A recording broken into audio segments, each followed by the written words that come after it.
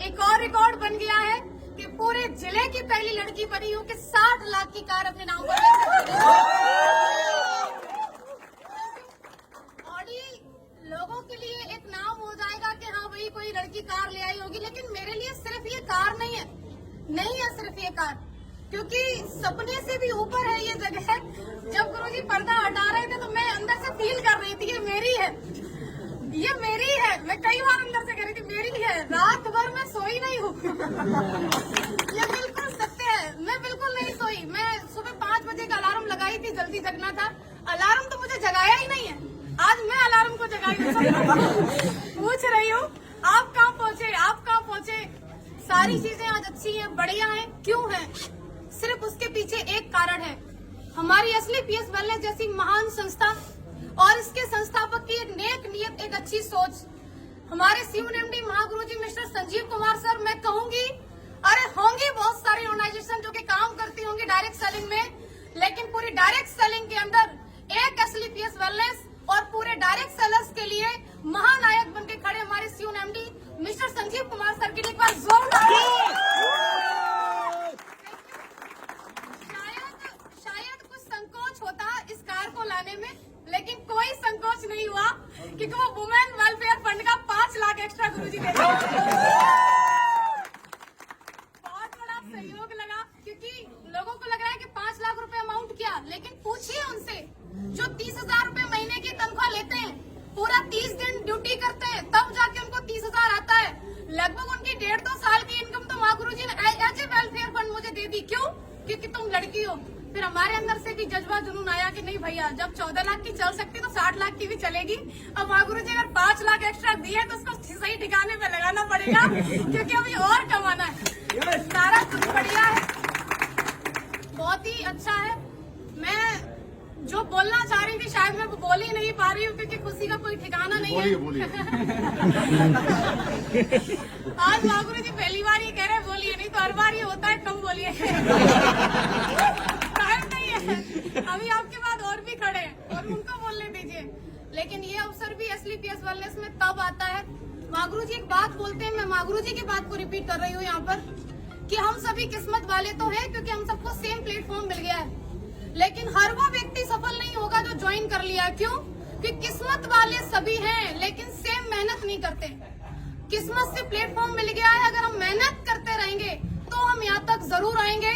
किस्मत वाले हम बन चुके हैं, अब बारी है मेहनत वाले बनने के लिए। तो क्या आप लोग तैयार हैं? अगर आप तैयार हैं तो मैं आपसे कहना चाहती हूँ कि यदि आपने असली पीएस जैसी महान संस्था को ज्वाइन कर ही लिया है, और स्पेशली मैं गर्ल से ये बात कहना चाहती हूँ कि यदि आप AWPL के अंदर ज्वाइन हो ही चुके हैं तो 3 से 4 साल तक आप मन लगा करके, एकाग्र होकर के, पापा कहें, मम्मी कहें, रिश्तेदार कहें, गाँव वाले कहें, कोई फर्क नहीं, हमें वो करना है जो हमें दिखाई दे रहा है। क्यों?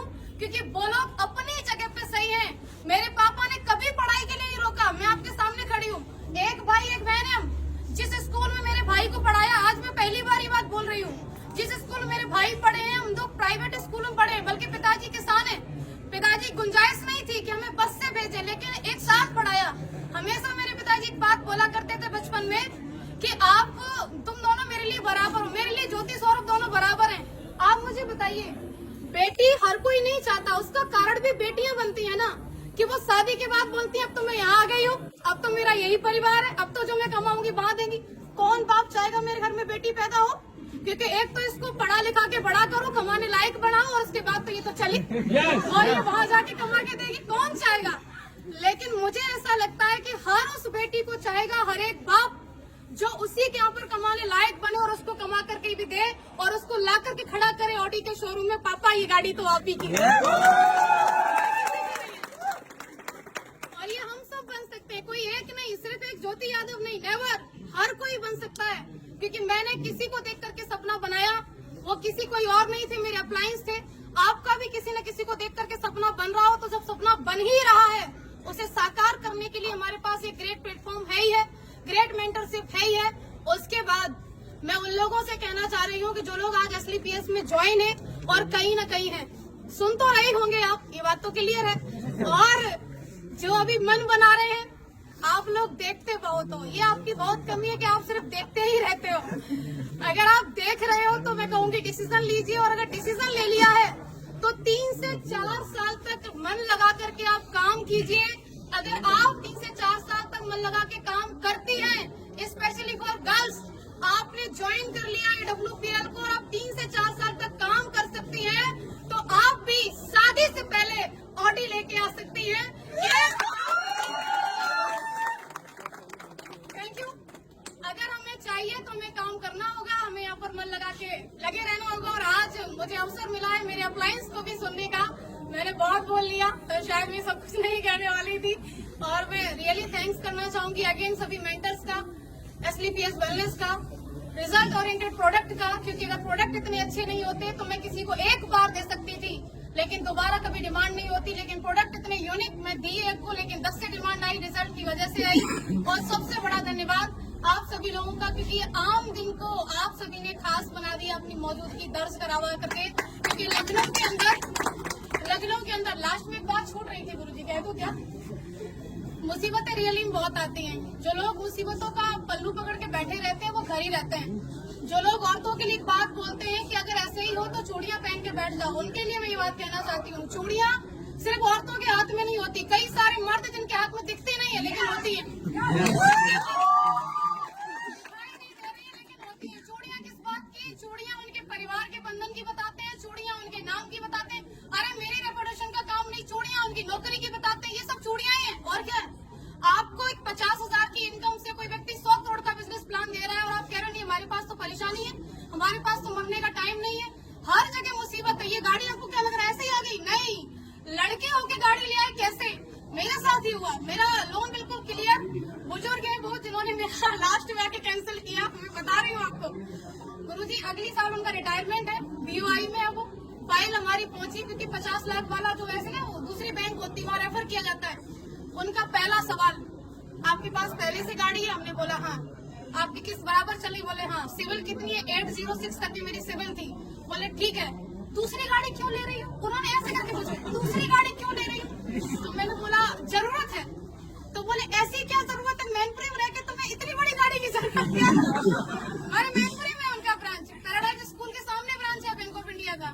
तो आप सोच के देखो, क्या उनका सवाल था? नहीं, सवाल था उनकी नौकरी का। अगली साल रिटायरमेंट है, उनके बारे में जान करके पता चला कि उनके बेटे की शादी में क्रेटा मिली है। अब बेटे की शादी में क्रेटा मिली है और ये लड़की जा रही है, बोली मेरा लोन क्लियर कर दो, हमको 60 लाख की कार चाहिए। छाती पे सांप नहीं रहेंगे,